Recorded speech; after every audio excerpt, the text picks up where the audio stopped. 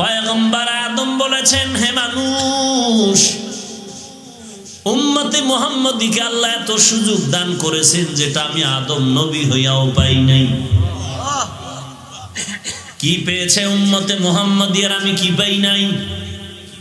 বলে উম্মতে মুহাম্মদীরাও জীবনে চলার পথে ভুল করবে, আমি আদমও একটা ভুল করেছি। ব্যবধানটা কোথায়? বলে আমি ভুল করা মাত্র আমার শরীরের বস্ত্রগুলো পড়ে গেল, উলঙ্গ হয়ে গেলাম।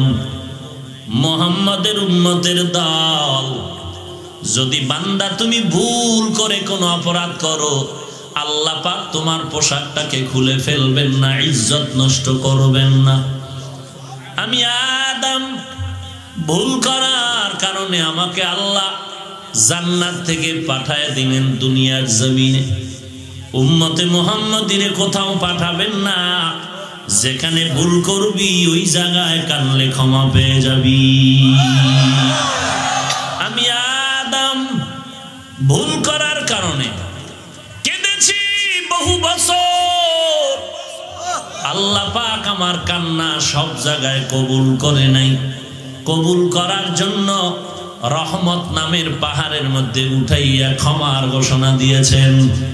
উম্মতে মুহাম্মদী, তোদের জীবনে যদি কোনো ভুল করো, আদম বলেন কোনো পাহাড়ে যাওয়া লাগবে না, কোথাও যাওয়ার দরকার নাই। সমুদ্রের মাঝখানে বসে যদি ডাক দাও আল্লাহ, আল্লাহ বলেন বান্দা তুই একটা ডাক দেওয়া মাত্র তোর জীবনের সব গুনাহ মাফ হয়ে যাবে। ইয়া ইলাহি মুঝসে মুঝকো दूर कर, ताके देखो मुझ में तुझको एक नजर। या इलाही तू मेरा माबूद है, या इलाही तू मेरा माशूक है। आदम नबी বলেন, রে উম্মত, আল্লাহ তোমাদের এত নেয়ামত দান করেছেন, আমি আদম হয়েও পাই নাই। শুধু নবীজির মোহাব্বত, আজকে সেই নবীর উম্মত হয়েছো। নবীর মাধ্যমে কি ফ্যাসিলিটি আর কি হাদিয়া পাইলি, সেই হাদিয়া গ্রহণ করলি না। যদি নবীরে চিনতি, গলায় ছুরি লাগলেও বাবা নবীর সুন্নতের জবাই করতে পারতি না। এ নবী উম্মতের জানায়া দেন, আমার নবীর গুণগান যদি বয়ান করতে চাও, আল্লাহর কোরআনের আয়াত দিয়া বয়ান করো। জিন্দেগিতে বয়ান শেষ হবে না, মাপকাঠিতেও ভেজাল হবে। হবে? যমুনা সেতু অনেকে দেখেছেন, দেখেন নাই? মূর্খ দুই বান্দা গিয়া কয় সর্বনাশ, এত বিশাল সেতু বানাইলো কে রে, জিন না ফেরেশতারা? একজনে বলে না, এটা সরকার বানাইলো। বলে তো 20,000 টাকার নিচে পারে নাই। আর একটাই বলে তার সেরা বোকা, এত বিশাল সেতু 20,000 টাকায় কেমনে হয়? কমপক্ষে 50,000 টাকা লেগেছে। দনজন যমুনা সেতুর গুণ গাইতেছিল, কিন্তু উদ্দেশ্য কারো মধ্যে বদনাম ছিল না। যা গাইলো আর যা বর্ণনা দিল তাতে গুণ হলো না বদনাম? বদনাম বলার উদ্দেশ্যর অন্তরে ছিল না, বদনাম হলো কেন? বলে যমুনা সেতুর গুণ গাওয়ার জন্য যে এলেমের দরকার, ওই এলেম ওদের মধ্যে না। টেলিভিশনের বক্তার সাথে নবীর তুলনা দিছে সম্মান করার জন্য, অন্তরে কিন্তু নবীর সম্মান কমানো উদ্দেশ্য ছিল না। কিন্তু বলার কারণে নবীর সম্মান হয় না, বরং কমে গেল। কমলো কেন, বাড়লো না কেন? কারণ হলো আমার নবীর শান আর মান গাওয়ার জন্য যতটুকু এলেম দরকার, ওই মূর্খদের মধ্যে সে কোরআন হাদিসের এলেম না। हकीकत से तू दुनिया बेखबर है, दुनिया की नुमाइश पर नजर है। नमी गुयम के आज दुनिया जुदा বাহারকারে কে বাসি বা খুদাবা। এই মিয়া কথায় কথায় চ্যালেঞ্জ দেয় ক্যানভাসার না এমবিবিএস ডাক্তার? হ্যাঁ, গ্রামের কথা আছে খালি কলসি নড়াচড়া বেশি করে। যার এলেম কালাম নাই এরা স্টেজের মধ্যে শত শত কিতাব নিয়ে ক্যানভাসারের মতো চিৎকার মারে। ওরে তুমি স্টেজে সাধারণ মানুষের সামনে চিল্লাও কেন রে ভাই? বাংলাদেশে তো এমন একটা এখন এলাকা পাওয়া যাবে না যেখানে কওমি মাদ্রাসা পাওয়া যাবে না। মাদ্রাসার দরজা খোলা, লাইব্রেরি খোলা আছে, কিতাব রাখা আছে। যদি এলেমের বাহাদুরি দেখাইতে চাও সাধারণ মানুষের ধোকা দিও না, ওই মাদ্রাসায় গিয়া উলামায়ে কেরামদের নিয়ে কিতাব নিয়ে কথা বলো। এলমেরা জাজু করদান বেহিসাব খলকেরা দাদান জওয়াবে বাসওয়াব হক না দারদ দোস্তে খলকা জারেরা মিস্তে ই খাসলাত একে দিনদারেরা। শেখ মুজিবুর রহমান স্বাধীনতার স্থপতি, তার জন্মবার্ষিকী পালন হয়নি? কথা বলেন না। জিয়াউর রহমান সাহেবেরটা হয়নি? তার স্মরণে ফুলের মালা দেয়নি? নিজের গলায়, নিজের গলায় তো ভৈরবে কোথায়? তার কবর কোথায়?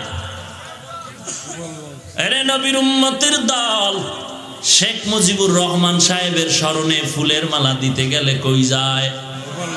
তার কবর গোপালগঞ্জ টুঙ্গি বাড়ায় যায়। ওরে মিলাদুন নবীর আশেক ভাই, তুমি যদি আমার নবীর জন্ম পালন করতে চাও আর ফুলের মালা দিতে চাও, পাকিস্তানের হজরতের ভাড়া করে এনে তার গলায় কেন দাও? ফুলের মালা যদি দিতে চাও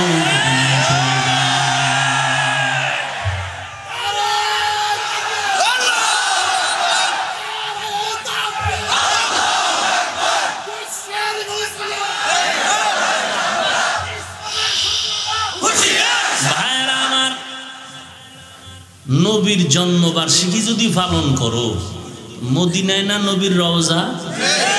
হ্যাঁ না ফুল দিবা, দেখবা জুতা মোবারক কারে বলা। কি ফিডানো যে খাবিরে বদমাস।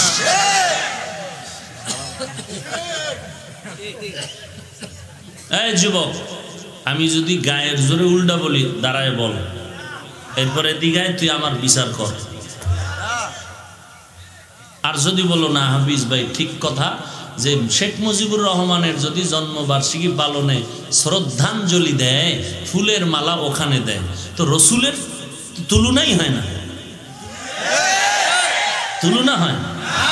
রসুলের রওজার তুলনা নাই, রসুলের মাজার শরীফের তুলনা নাই, আছে কোনো তুলনা?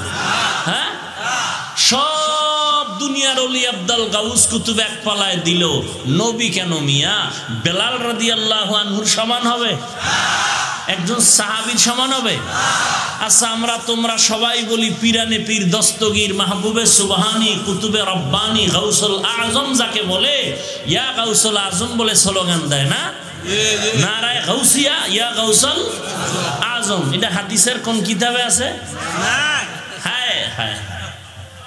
এই যে এত বিশাল স্লোগান দাও, সেই বড় পীর নিজের কত ছোট মনে করেছেন? বলে রহমাতুল লিল আলামিনের নিম্ন স্তরের সাহাবী, যুদ্ধের ময়দানে যাইতেন, ঘোড়ার পিঠে উঠে যাইতেন, আর ওই ঘোড়ার পায়ের ধুলাজ লাগতো। আমি আব্দুল কাদের জিলানী, এত মর্যাদা তোমরা মনে করো, ওই ঘোড়ার পায়ে যে ধুলা লাগছে যুদ্ধের ময়দানে, ওই ধুলার সমান দাম আমি আব্দুল কাদের না। হৃদয় থাকিবে যার নম্রতা সদা, রহমত আসিবে সেথা প্রভুর ওয়াদা। বড়র বড়াই থাকলে দিলে রহমত আসবে না, নিজেকে নিজে ছোট মনে করিও সাদা। উঁচু জমিন থেকে পানি নিচু জমিনে যায়, তেমনি খোদার রহমত আসে নম্রতার হৃদয়।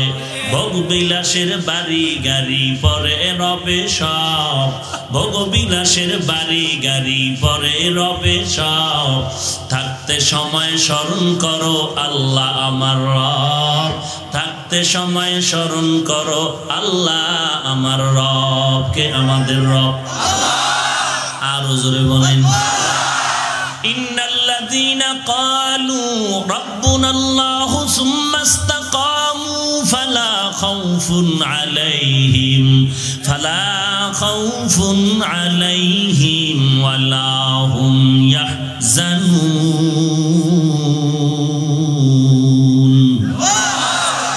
আল্লাহ তাআলা বলেন যারা আমাকে বলবে আমার রব আল্লাহ, আল্লাহ বলেন কোনো ভয় নাই, পেরেশানি নাই।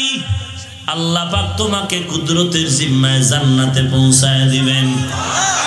অহংকারী হয় না রে ভাই। ইবলিস বলে আমার মতো ভালো কেউ নাই, আর তোমার আবার শ্রেষ্ঠ নবী বলেন আল্লাহুম্মা জাআলনি ফি আইনি সাগীরা ওয়া ফি আ'য়ুনিন নাসি কাবীরা। অহংকার করিও না রে ভাই, ঘটনা বলার সময় আমার হাতে নাই।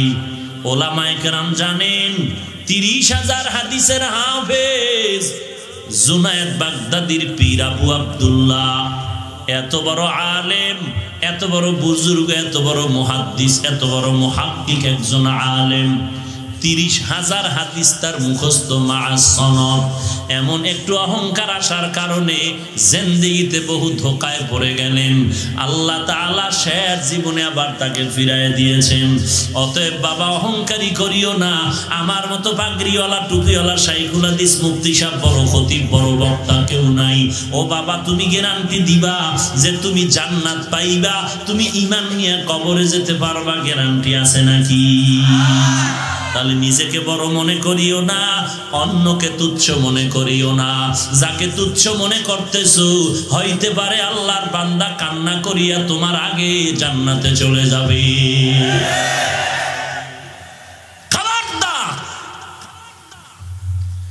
আমি কিতাবের মধ্যে পেয়েছি কখনো কখনো বান্দা নেক আমলের কারণে আল্লাহর রহমত থেকে দূরে যায়, আবার কখনো কখনো বান্দা গুনাহ করার কারণে আল্লাহর অনেক নিকটে চলে যায়।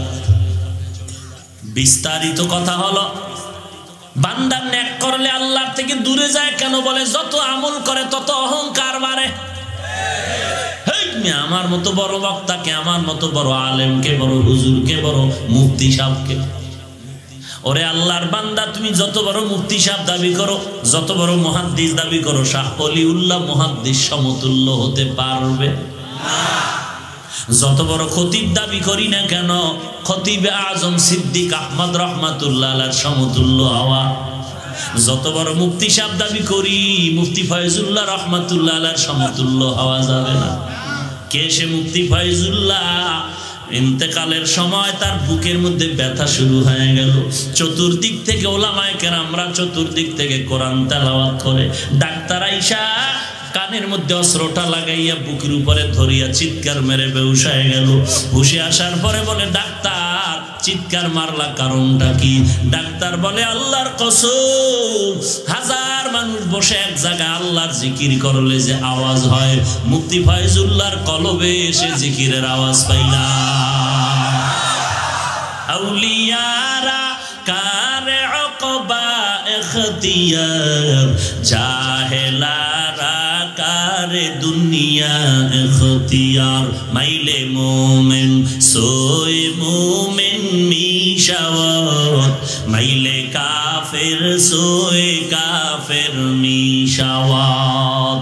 মাত্র কয়েক বছর আগে মুফতি ফয়জুল্লাহ রহমাতুল্লাহ আলাইহি হাটহাজারী মাদ্রাসা থেকে পার্শ্বে মেখল মাদ্রাসার পার্শ্বে তার কবর। ওই কবরের মাটির থেকে মেশকের ঘ্রাণ ছোটা শুরু হয়ে গেল। দাঁত নাই, বেদাত নাই, শিরিক নাই, মাইজবান্ডার নাই, আগ্রসী নাই, হোমানে কবরের মাটি নিয়ে দৌড়ায়, আর মাটি নাকের মধ্যে লাগায় দেখে আতরের ঘ্রাণ, মেশকের ঘ্রাণ। হাটহাজারীর হযরত সহ সব আলেম ওলামা চট্টগ্রামের কবরের কিনারায় গিয়া এমন একটা কান্না দিয়া বলেন, আল্লাহ তাড়াতাড়ি ঘেরানটা গোপন করে দাও, না হয় মানুষ শিরিকের মধ্যে ঢুকিয়া যাইতেছে। কান্নার পরের দিন দেখে আর ঘেরান পাওয়া যায় না। এ হলো মুফতি ফাইজুল্লাহ। এত বড় হইল কেমনে? হ্যাঁ, একজনে কয় ভাই এত বিশাল উঁচু পাহাড়ে উঠলো কেমনে লোকটা? কয় এরকম বুকটার টান টান করে শীত হয়ে গেছে। হ্যাঁ, বলে না, বান্দা চূড়ান্ত নত হইছে তো উপরে উঠতে পারছে। টান টান হয়ে গেলে বান্দা নিচে পড়ে যাইতো, উপরে উঠতে পারতো না। বান্দা উপরে উঠলো কেন? বলে উপরে উঠার তাবিজ তার গলায় লাগাইছে, মান তাওয়াজা লিল্লাহ রাফাআহুল্লাহ। নিজেকে যদি বড় বানাতে চাও, বড়দের কদমে নিজেকে বিলীন করে দাও। মেটা দো আপনা হস্তি কো अगर कुछ मर्तबा चाहो के दाना खाक में मिलकर गले गुलजार होता है। ওলামায়ে কেরাম জানেন রশিদ আহমদ গঙ্গুহি রহমাতুল্লাহ আলাইহি কত বড় ফকিহুল উম্মাহ, কত বড় কুতুবুল আলম, কত বড় ইলমওয়ালা, কত বড় আলম আমলওয়ালা, এত বড় মুহাদ্দিস, এত বড় একজন জবরদস্ত আলেম। সামান্য লেখাপড়া করনেওয়ালা হাজী এমদাদুল্লাহ মুহাজির মক্কির দরবারে গিয়া বায়াত গ্রহণ করলেন আর বললেন, শরীয়তের ইলম নিয়ে বিল্ডিং তৈরি করে ফেলেছি, মারিফতের ইলম না থাকলে শরীয়তের রং ধরবে না। এরে নবীর উম্মতের দান, অহংকার পতনের মূল। অহংকারী করোনারে ভাই, অহংকারের কারণে জিন্দেগীর সব ইবাদত নষ্ট করে ফেললো শয়তান। এরে নবীর উম্মতের দল, এই অহংকার দমন করার জন্য বান্দা তুমি একা একা চেষ্টা করলে হবে না, একজন খাঁটি আল্লাহওয়ালার সোহবতে সময় দিতে হবে। এত বয়ানের পরেও মানুষের আমল কেন সুন্দর হয় না? একদিকে আল্লাহর আযাবের ভয় নাই, অপরদিকে মহব্বত নাই। যাও করে সব উল্টা পাল্টা, মাপকাঠি স্কেল ঠিক নাই। মোহাব্বত করতে গিয়া শিরিক করে ফেলে, আবার মোহাব্বত করতে গিয়া নাফরমানি করে ফেলে।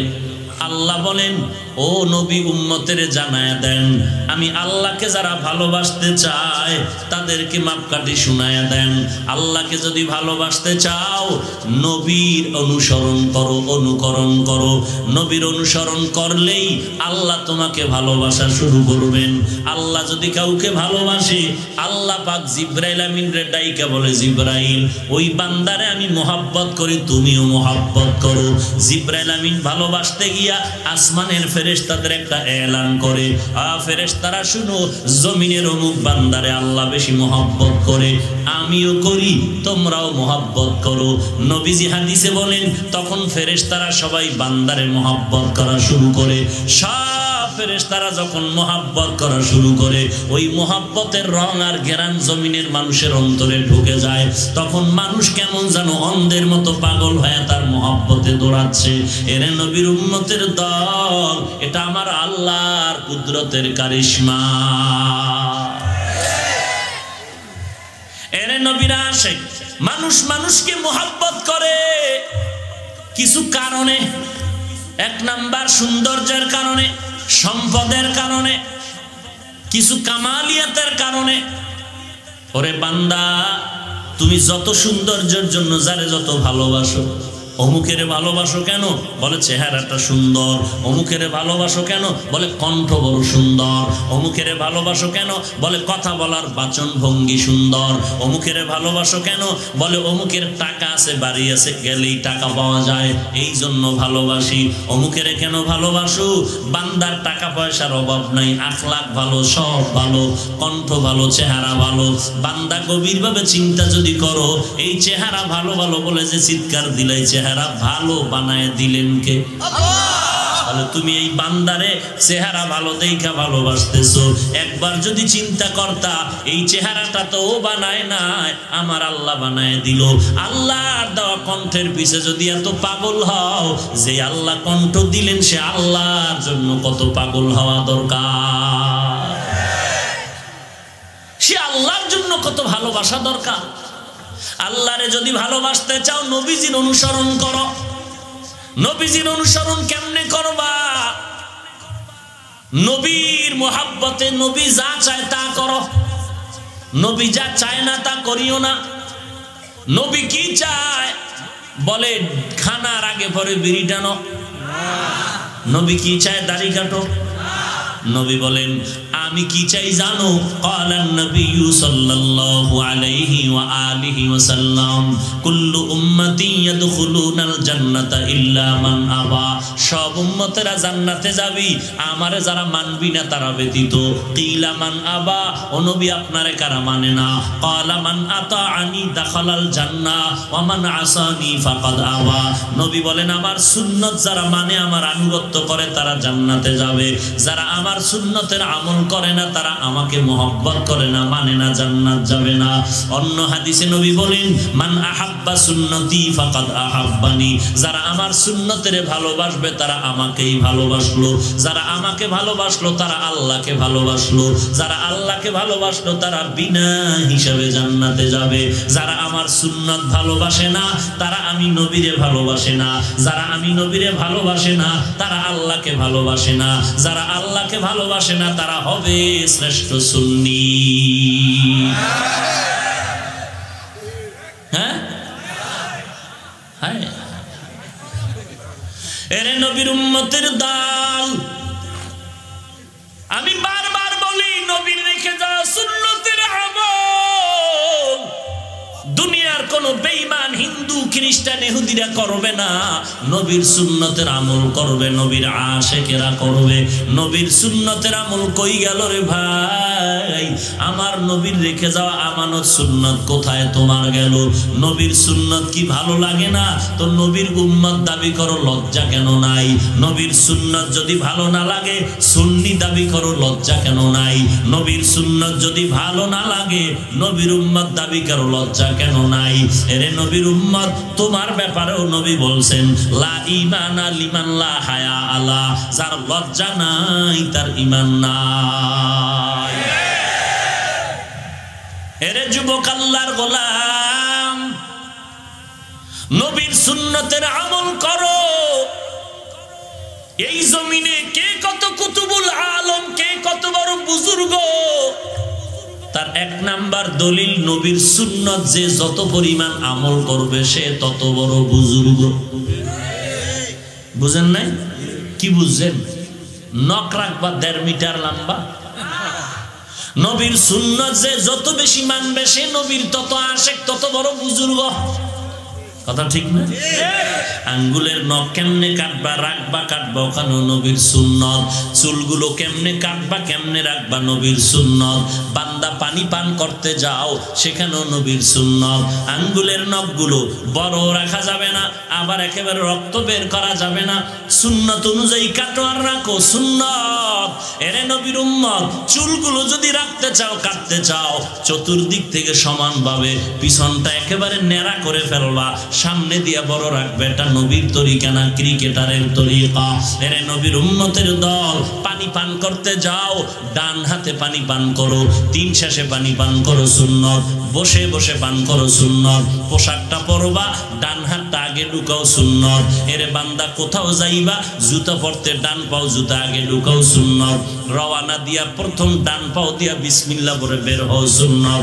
এরে বান্দা খানা খাইতে বসবা, সুন্দর করে হাতের 2টা কবজা পর্যন্ত ধুয়ে দাও, সুন্নত। এরপরে তুমি খানার মধ্যে বসো, আসন ছাড়া অন্য তরিকায় খানা খাও, সুন্নত। এরপরে দস্তারখান বিছায় খানা খাও, সুন্নত। খানা পড়ে গেলে উঠায় খাও, সুন্নত। এরে নবীর উম্মত, খানার শুরুতে দোয়া পড়ো, সুন্নত। মাঝে মাঝে দোয়া পড়তে থাকো, সুন্নত। খানার শেষে প্লেটটা চেটে খাও, সুন্নত। আঙ্গুলগুলো চেটে খাও, সুন্নত। খানা যেন পরে না যায়, পানির মধ্যে কাটা ফেলায়ও না, সুন্নতের খেলাফ।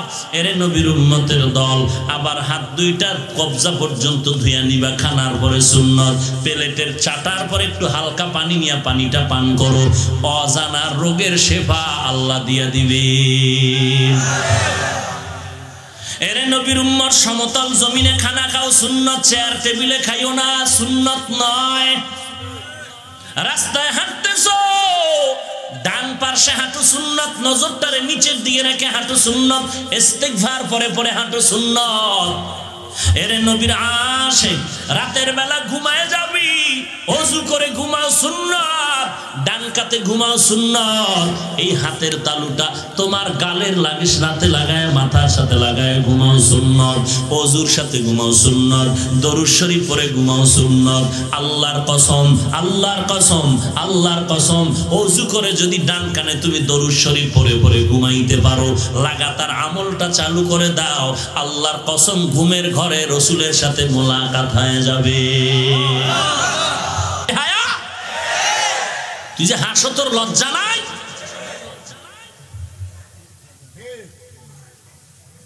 তুই হিন্দি গানের তার লাগায় ঘুমাও, দাড়ি নাই, টুপি নাই, নবীর সুন্নাত জবাই করো। তুই যদি সুন্নি হও, বাটপার কে? তুই সুন্নি হলে বাটপার কে? সাহাবায়ে কেরাম বাহাদুরি করেছেন সুন্নতের আমল দিয়ে, আর তুমি বাহাদুরি করো সুন্নত জবাই করো। হুজুরেরা টুপির কথা কয়, দেব না, দেখি কি হয়। কি হইব? তুই টুপি না দিলে কি হইব? হুজুরেরা পর্দার কথা বলে, করবো না, দেখি কে করায়। কেউ করাবে না। নবীও যদি কয় তোরে জান্নাত দেব না, দেখি কি হয়। সহকান দূর হয়ে যাবে বদমাস। তুই যেমন দুনিয়াতে মাস্তানি করেছ, দাড়ি রাখবো না, দেখি কি হয়। টুপি পরবো না, দেখি কি হয়। দস্তারখানে খানা খাবো না, দেখি কি হয়। সুন্নত তরিকায় চলবো না, দেখি কি হয়। রাসূল বলবে তোরে জান্নাতের সুপারিশ করবো না, দেখি কি হয়।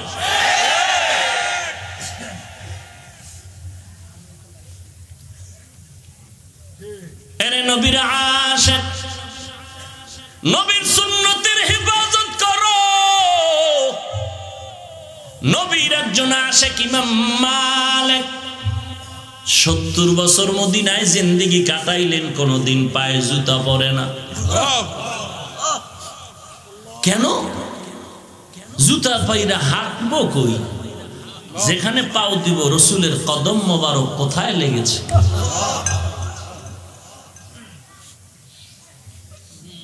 এরা নবীর আশিক।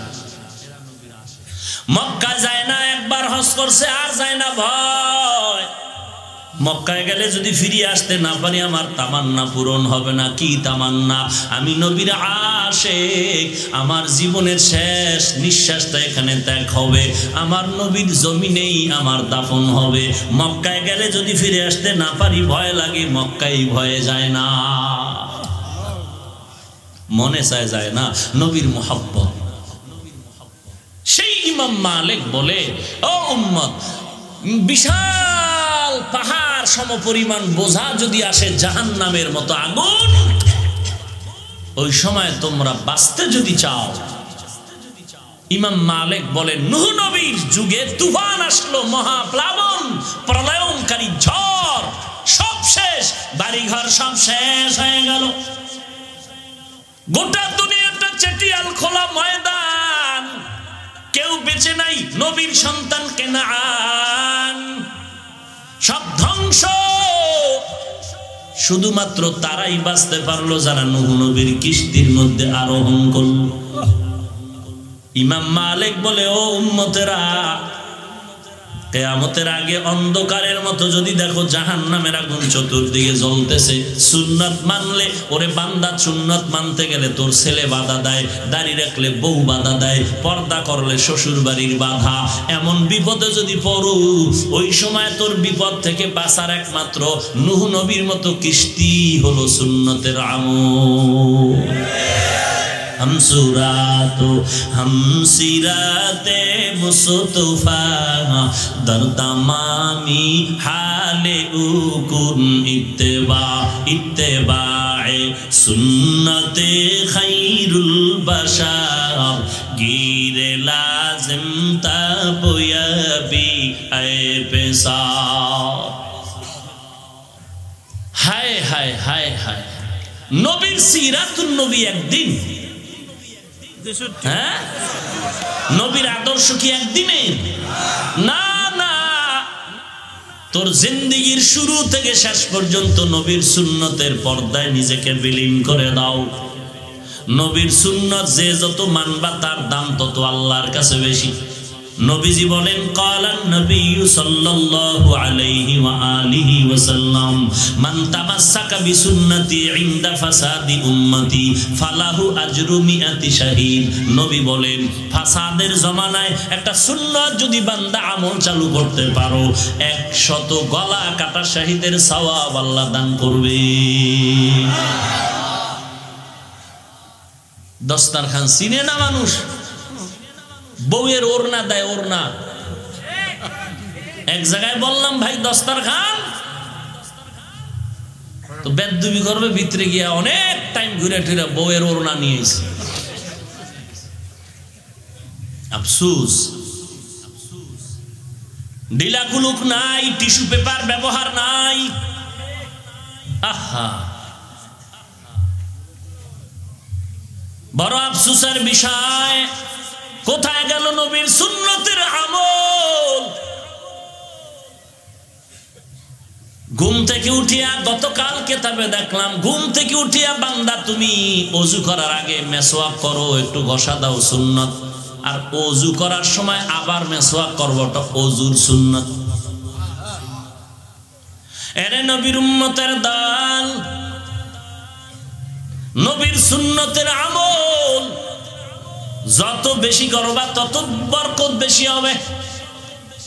আল্লাহর নবী বলেন যারা সুন্নতের হেফাজত করবে আল্লাহ পাক তাদেরকে 4টা পুরস্কার দিয়া মর্যাদা বাড়ায় দিবেন। قال النبي صلى الله عليه وآله وسلم من حفظ سنتي أكرم الله تعالى بأربع خصال। আল্লাহর নবী বলেন যারা সুন্নতের হেফাজত করবা, আমার সুন্নত আমার তরিকা, তাদেরকে আল্লাহ 4টা পুরস্কার দিয়া মর্যাদা বাড়ায় দিবেন। 1 নাম্বার আল মাহাব্বাতু ফি কুলুবিল বারারা, নেক আমলওয়ালা আল্লাহর ওলিদের অন্তরে সুন্নতের আমলওয়ালার প্রতি মহব্বত আল্লাহ বাড়ায় দিবেন। যারা সুন্নতের আমল করবে আল্লাহওয়ালাদের সিনায় তাদের মহব্বত বেড়ে যাবে, গায়েব থেকেই বেড়ে যাবে। আল্লাহ তাদের অন্তরে মহব্বত বাড়ায় দিবেন। এরে নবীর উম্মতের দল, হাজী ইমদাদুল্লাহ মুহাজির মক্কি রহমাতুল্লাহ আলাইহি কিতাব পড়তেছে, হঠাৎ করে চিন্তায় পড়ে গেলেন আল কালিমাতুল আফজুন উজিয়ালি মা'নান মুফরাদান মুফরাদুন মুফরাদিন। এটি পড়লে কি হবে? একজনে বলে আল্লাহর মারিফত পাওয়া যাবে, বলে আল্লাহকে, বলে আল্লাহরে তো চিনি না, বলে আল্লাহরে যদি চিনতে চাও আল্লাহ ওয়ালাদের সাথে বন্ধুত্ব করো, বলে আল্লাহওয়ালা কই পাই, বলে খুঁজতে থাকো। হাজী ইমদাদ এবার আল্লাহর তালাশ করে আর মোনাজাত করে, আল্লাহ তোমারে পাইতে চাই, একজন তোমার ওলির সন্ধান দাও। ঘুমের মধ্যে আল্লাহ পাক সন্ধান দিলেন। ওই ভারতের জানজানাব জায়গার মধ্যে নূর মোহাম্মদ নামের একজন আল্লাহর ওলি আছে, তার সাথে মোলাকাত করো। ওই আল্লাহর ওলি হাজী ইমদাদ জানজানাব চলে গেলেন, গিয়ে দেখে জংলার কিনারায় একটা ভাঙা ঘরের মধ্যে নূর মোহাম্মদ জানজানাবি ছোট ছোট বাচ্চাদের আলিফ বা তা পড়ায়। আল্লাহর ওলি হাজী ইমদাদের দেখা মাত্র বললেন, ইমদাদ এত দেরিতে কেন আসছো, আগে কেন আসো নাই? আমি গায়ে বানা তোমার জন্য আমি পাগল, তোমাকে দেখতে চাই। সুন্নতের আমল হেফাজত করলে 1 নাম্বার পুরস্কার, আল্লাহ ওয়ালা যারা, খাঁটি সুন্নতের আমল ওয়ালা যারা, এদের অন্তরে মোহাব্বত বেড়ে যাবে। এর নবীর উম্মতের দল, যে যত দিক থেকেই যত কথা বলবে, কিন্তু খাঁটি ইলমওয়ালা অন্তর্চক্ষুওয়ালা যারা সুন্নতের আমল করবে, এদের অন্তরের মধ্যে সুন্নতের আমলওয়ালার প্রতি মোহাব্বত বেড়ে যাবে, দোয়া বেড়ে যাবে। 1 নাম্বার পুরস্কার। 2 নাম্বার পুরস্কার ওয়াল হাইবাতু ফি কুলুবিল ফাজার। 2 নাম্বার পুরস্কার হলো সুন্নতের আমলওয়ালার উপরে ফাসেক ফুজ্জার বেঈমান সন্ত্রাসীর অন্তরে ভয় ঢুকায় দিবেন আল্লাহ। সন্ত্রাসী বলবে কোন দরবেশ টরবেশ হবে না, ওরে মারতে হবে। মারতে আসলো, আসার পরে কি হবে তার হালাত? নবী বলেন সুন্নতের আমল যদি ঠিক মতো করো, ওই সন্ত্রাসীর অন্তরে মোহাব্বত আসবে, অস্ত্র নিয়ে আসবে, সামনে এসে চেহারা দিয়ে তাকায় বলবে হুজুর মাফ করবেন, দোয়ার জন্য আসছি।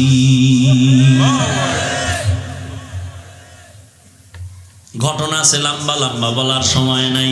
সুন্নতের আমল যত করবারে বাবা, আল্লাহ পাক রব্বুল আলামিন সুন্নতের বরকতে ওই বেঈমান নাফরমানের অন্তরে ভয় ঢুকায় দিবেন। এরে নবীর উম্মতের দল, ভারতের সন্তান, দেওবন্দের কৃতি সন্তান কাসেম নানতবী রাহমাতুল্লাহ আলাইকে পুলিশ আসছে গ্রেফতার করার জন্য। কাসেম নানতবীকে জিজ্ঞাসা করে পুলিশে, কাসিম কাহা হ্যায়? কাসেম নানতবী যেখানে দাঁড়ানো ছিলেন ওখান থেকে একটু 2-4 কদম পাশে গিয়া বলে, থোড়ে দের পহলে ইহাঁ থা আভি ইধার চল গিয়া। একটু আগে এখানে ছিল, এদিকে গেল। পুলিশ কই গেল? দৌড়তে। কাসেম জাগাত দাঁড়ানো, পুলিশ দৌড়ায়। সুন্নতের আমলের বরকত, সুন্নতের আমলের বরকত। এরে নবীর উম্মতের দল, 2 নাম্বার ফাসেক বেঈমানের অন্তরে ভয় ঢুকে যাবে। সাজায় নিয়ে আইছে, অমুক বুজুর্গরে মারতে হবে, সে এই অন্যায় করছে। একেবারে টাকা খাইয়া আসছে রেডি হইয়া, আসার পরে চেহারা দেখে থামে গেছে। কি ভাই থামলা কেন? টাকা কি কম দিছি নাকি? বলবে কথা আছে তোমার সাথে, এখন কাজ হবে না, 2 দিন পর। কবে তুমি যেই লোকটার পিছনে লাগাইছো, এই লোকটার ব্যাপারে তো আমার ভয় লাগতেছে, সে তো এই অপরাধ করেনি। হাজারো নজির এই জমিনে আছে। 5 লাখ টাকা খাইছে, বলছে তারে মারতে হবে। মোবাইলে দাওয়াত দিল, বক্তা সাহেব আপনার বয়ান খুব মজা করে শুনি, আসেন আপনি আমাদের উত্তরবঙ্গে আসেন। বক্তা সাহেব সরল মন, অনেক আগের কথা, মোবাইলে দাওয়াত নিয়ে চলে গেল। এক ঝাঁক যুবক বক্তা সাহেবকে রিসিভ করলো, হুন্ডার বহর দিয়ে তারা এক জঙ্গলে নিয়ে গেল। এরপরে যার যার জায়গায় চলে গেল। মাগরিবের সময় বক্তা সাহেব বলে, হাফিজ ভাই মাগরিবের নামাজ পড়তে একটা ঘরের মধ্যে আমারে রাখলো, ছোট একটা ঘর, আমি মাগরিবের নামাজ পড়ব। নামাজে যখন দাঁড়াইলাম দেখি চতুর্পার্শ্বে অস্ত্রধারী সন্ত্রাসীরা দাঁড়িয়ে আছে। আমি নামাজ পড়ে ফরজ পড়ে সালাম ফিরাইলাম। এরপরে তাদের দিকে তাকাইলাম, বলে জীবনের শেষ নামাজ পড়ো, আজকে তোমার রক্ষা নাই। এইবার আমি সুন্নাত পড়লাম, শেষ পর্যন্ত বলল তুমি আর কি বলবা, মোবাইলটা নিয়ে গেল। নেওয়ার পরে আমাকে মেরেই ফেলবে। আমি বললাম ভাই আমার 2 রাকাত নামাজ বাকি আছে, সুযোগ দাও। আমি নিশ্চিত হয়ে গেলাম আমার জিন্দেগীর শেষ নামাজ এইটা। আমি সেজদায় গিয়ে এমন এক কান্না দিলাম, আমার জিন্দেগীর শেষ নামাজ মনে করে। এর মধ্যে কানের মধ্যে আওয়াজ, তাদের ভিতরে ভিতরে একটু পরস্পর বিরোধী হয়ে গেল।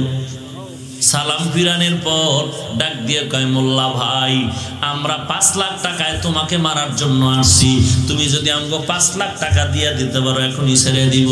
বলে আমি টাকা পাবো কই? এভাবে করতে করতে করতে করতে একজনে বলে, না এত বেদবি করিস না, হুজুর আপনি কত পারবেন?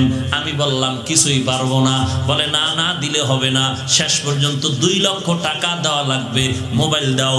মোবাইল দিয়া আমার পরিচিত লোকদেরকে টাইম দিলাম, এত টাইমের মধ্যে টাকা পৌঁছাও, অমুক জায়গায় টাকা। টাকা দিয়া তারপরে ছুটে গেলাম, অন্য কিছু না, সুন্নতের বরকত। এরে নবীর উম্মতের দল, সুন্নতের হেফাজত করবা, 4টা পুরস্কার দিয়ে আল্লাহ মর্যাদা বাড়ায় দিবেন। 3 নাম্বার ওয়াসআতু ফির রিজক, আল্লাহ পাক রব্বুল আলামিন রিজিকের মধ্যে বরকত বাড়ায় দিবেন। রিজিকের মধ্যে বরকত বেড়ে যাবে। এই সুন্নতের আমল যেই পরিমাণ যার মধ্যে তত আছে, ওই বান্দা তত আরামে আছে, শান্তিতে আছে, সম্মানে আছে। অল্প টাকায় আরামে খায় আর ঘুমায়, কোনো পেরেশানি নাই।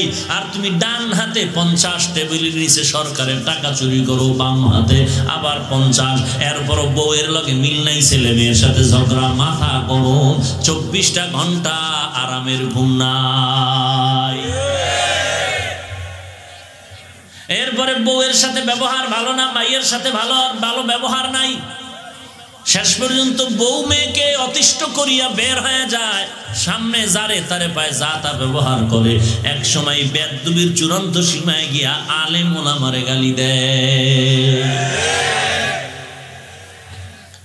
সুন্নতের হেফাজত করবা তো 4 পুরস্কার। 4 নাম্বারের মধ্যে 4 নাম্বার হলো ওয়াসসাকাতু ফিদ্দিন। আল্লাহর নবী বলেন, দ্বীনের উপরে বান্দা চলাটা আল্লাহ কুদরতি ভাবে তোমার জন্য আসান করে দিবে।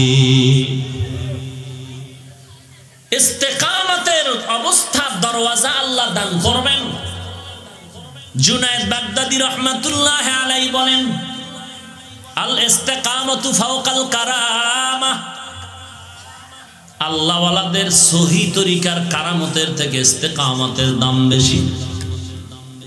ইন্নাল্লাযীনা ক্বালু রাব্বুনাল্লাহ সুম্মা ইসতাকামু। ইস্তেকামাত। শিবলি রাহমাতুল্লাহ আলাইহি বড় একজন বুজুর্গ, গাছের নিচে বসে আছেন। গাছ বলে, শিবলি তুমি যদি জীবনে ভালো হইতে চাও আমার মতো হয়ে যাও। গাছ কয়, গাছ কথা বলতে পারে? কথা বলেন না কেন? আল্লাহর কুদরতে পারে। বিশ্বাস করলে ঈমানওয়ালা, না অবিশ্বাস করলে বেঈমান। বলে কেমন তোমার মতো হব? বলে দেখো, আমার পুরা বডির মধ্যে ছুরির আঘাত, পাথরের আঘাত, যে যায় কাম নাই একটা ঢিল মারে, আমি কিচ্ছু বলি না, চুপ। বিনিময়ে সবাইকে আবার ভিটামিনওয়ালা ফল দেই।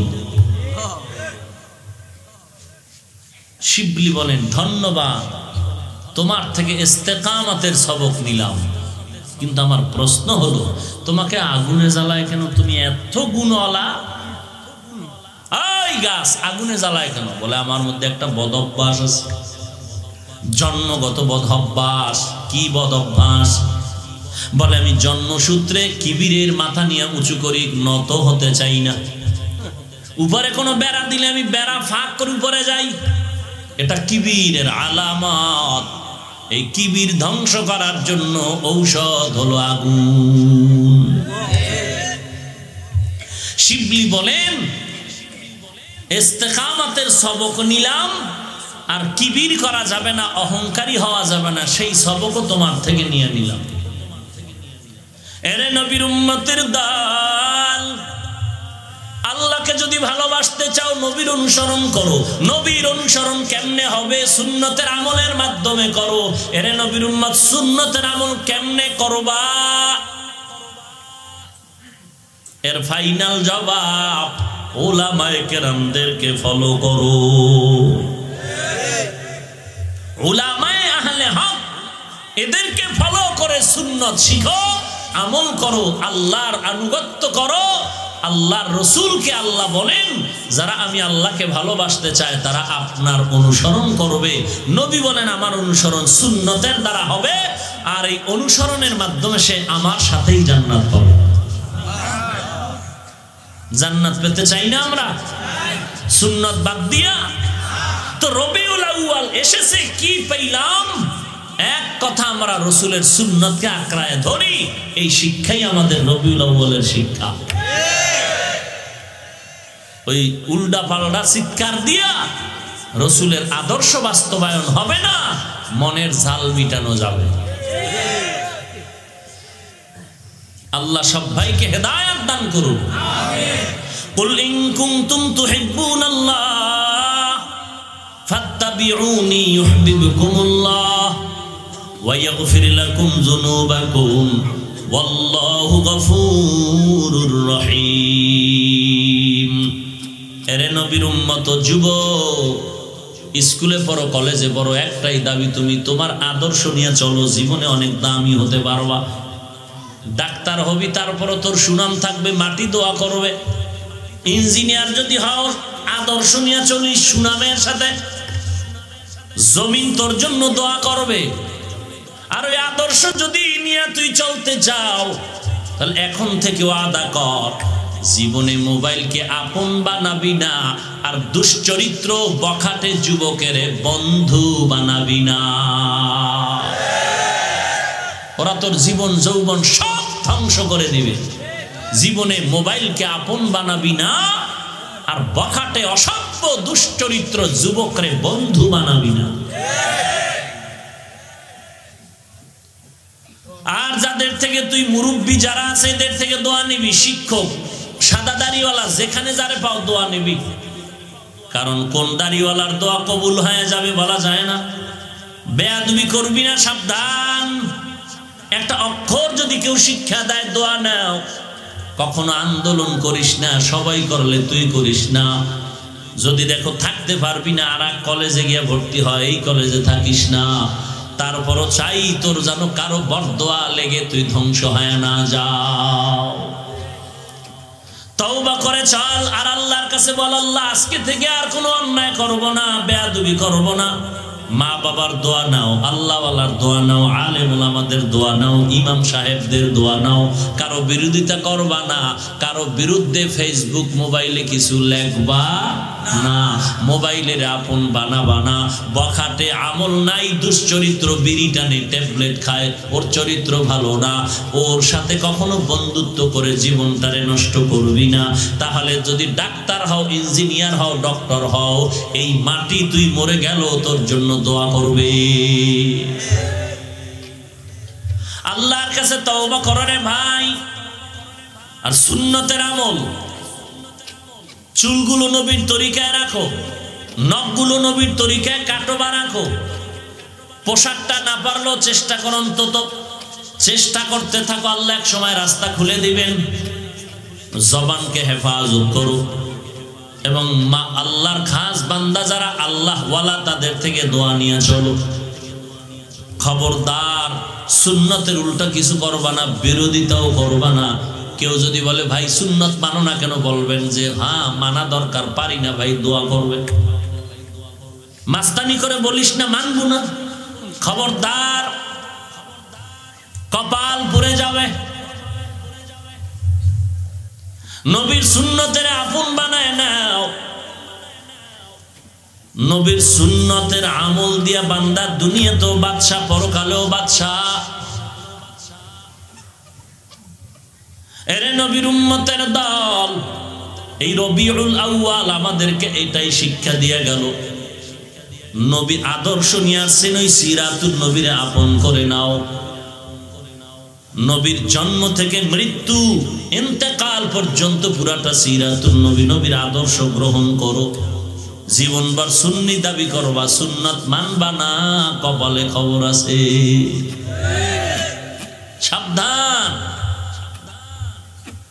এরে নবীর আশিক, তোমার মতো যুবক চাকরি করে, ব্যবসা করে, লেখাপড়া করে, নবীর সুন্নতের আমলওয়ালা নাই। তুমি কেন পারবা না? টুপি মাথায় দিয়ে আমরা 24 ঘন্টা, আমার মাথা গরম হয় না, তোমারটা হয়। যখন খাসা ক্যাপ পরো তখন গজব হয় না, তখন হিমেল হয়ে যায় চান্দি। ধোকায় পড়ে আছো রে ভাই, পাতলা টুপি মাথায় রাখতে পারো না, যখন ক্যাপ পরো তখন হিমেল হয়ে যায় মাথা। এই ধোকায় কে ফেলে রাখলো তোমাদের? যে যেই পীরের কাছে যাও, যে যেই দরবারে যাও, ফাইনাল কথা হলো সুন্নতের বিপরীত কোনো দরবার নাই, কোনো দরবার নেই। যার কাছে সুন্নত নাই সে নবীর দুশমন। কথা ঠিক আছে? কপাল খারাপ যে এই জমিনে যারা সুন্নতের আমল করে এরা আল্লামা তো লিখবে দূরের কথা, মাওলানাও লেখে না মহব্বতে বিনয়ী হওয়ার কারণে। আর যাদের নামাজ নাই, দাড়ি নাই, চেহারা ভাল্লুক, চুলগুলো উল্লুকের মতো, এরা দাবি করে মাহবুবে সুবহানি, কুতুবে রব্বানি, বিশ্ব ওলি দাবি করে, অথচ বিশ্ব বাটপার হয়ে আছে, খবর নাই।